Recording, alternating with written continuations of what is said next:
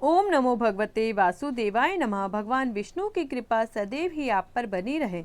इस वीडियो में मैं आपको सुनाऊंगी संतान सप्तमी की संपूर्ण कथा। तो जैसा कि आपको पता है, साल 2024 में संतान सप्तमी 10 सितंबर मंगलवार को पड़ रही है। हिंदू पंचांग के अनुसार भाद्रपद की सप्तमी तिथि 9 सितंबर को रात 9:53 पर प्रारंभ होगी और 10 सितंबर को रात 11:11 पर समाप्त हो जाएगी। तो इस तरह संतान सप्तमी जो है वो 10 सितंबर 2024 मंगलवार को मनाई जाएगी।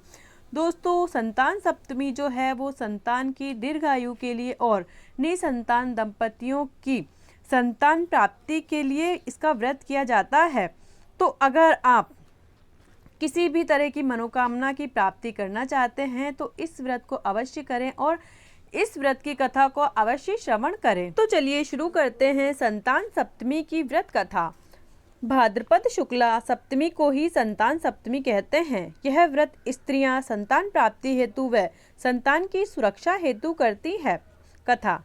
एक दिन महाराज युधिष्ठिर ने भगवान से कहा, हे प्रभो, कोई ऐसा उत्तम व्रत बताइए जिसके प्रभाव से मनुष्य के सांसारिक कलेश दूर होकर वे धनवान पुत्रवान हो। यह सुन भगवान बोले, हे राजन, तुमने बड़ा उत्तम प्रश्न किया है। मैं तुमको एक पौराणिक कथा सुनाता हूँ, ध्यान पूर्वक सुनो।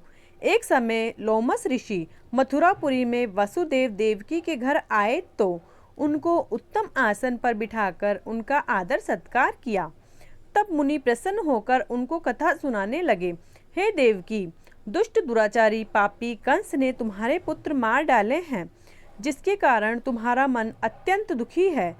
इसी प्रकार राजा नहुष की स्त्री दुखी रहा करती थी, किंतु उसने संतान सप्तमी का व्रत किया, जिसके प्रताप से उसे संतान सुख प्राप्त हुआ।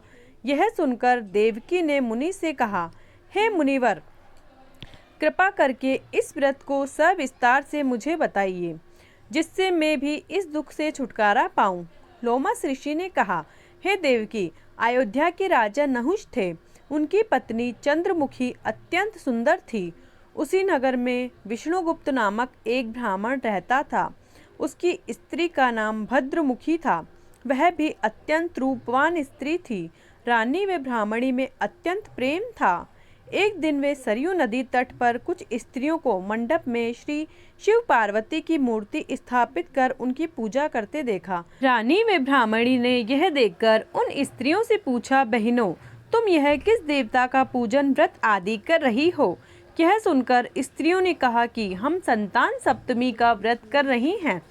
यह सुनकर रानी व ब्राह्मणी ने व्रत को करने का मन संकल्प किया।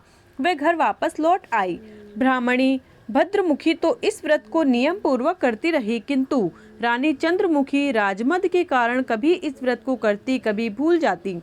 कुछ समय बाद ये दोनों मर गई। दूसरे जन्म में रानी ने बदरिया और ब्राह्मणी ने मुर्गी की योनि पाई, परंतु ब्राह्मणी मुर्गी योनि में भी कुछ नहीं भूली और भगवान शिव पार्वती का ध्यान करती रही। उधर बंदरिया की योनि में रानी सब भूल गई। कुछ समय बाद इन दोनों ने यह देह भी त्याग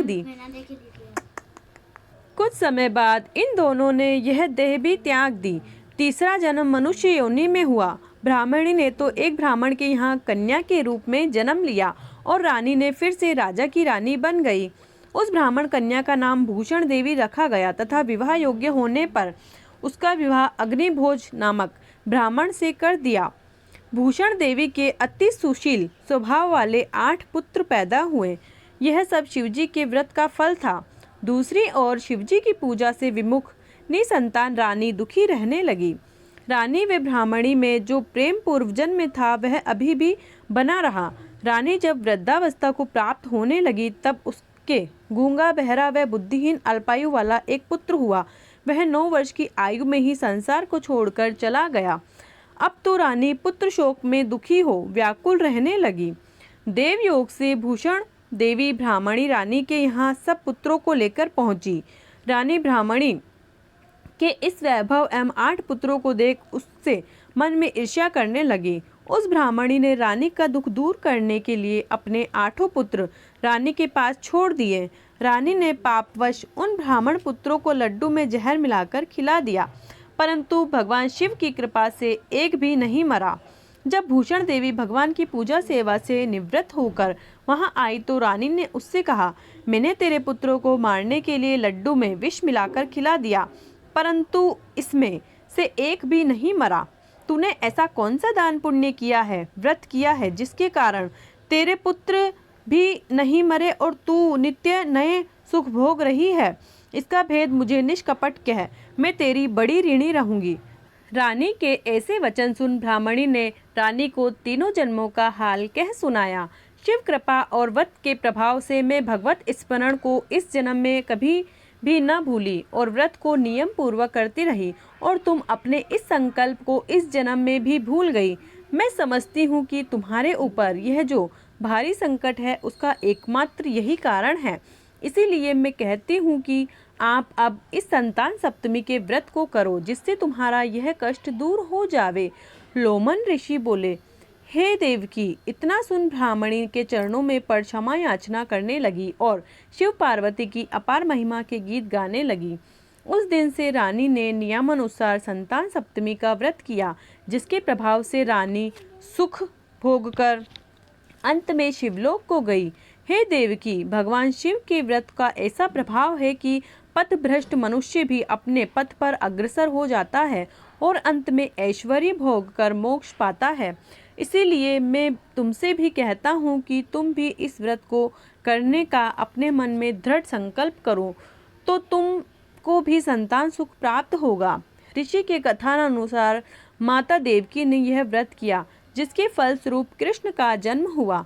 यह व्रत विशेष रूप से स्त्रियों को कल्याणकारी है, परंतु पुरुषों को भी समान रूप से कल्याणदायक है। यह संतान सुख देने वाला व पापों का नाशक उत्तम व्रत है, जिसे स्वयं करे और दूसरों को भी करावे। जो नियम पूर्वक इस व्रत को करके भगवान शिव पार्वती को सच्चे मन से आराधना करता है, वह अंत में शिवलोक को पाता है। बोलो माता गौरा और शिव भगवान की जय। भगवान शिव और माता गौरा की कृपा सदैव ही आप पर बनी रहे।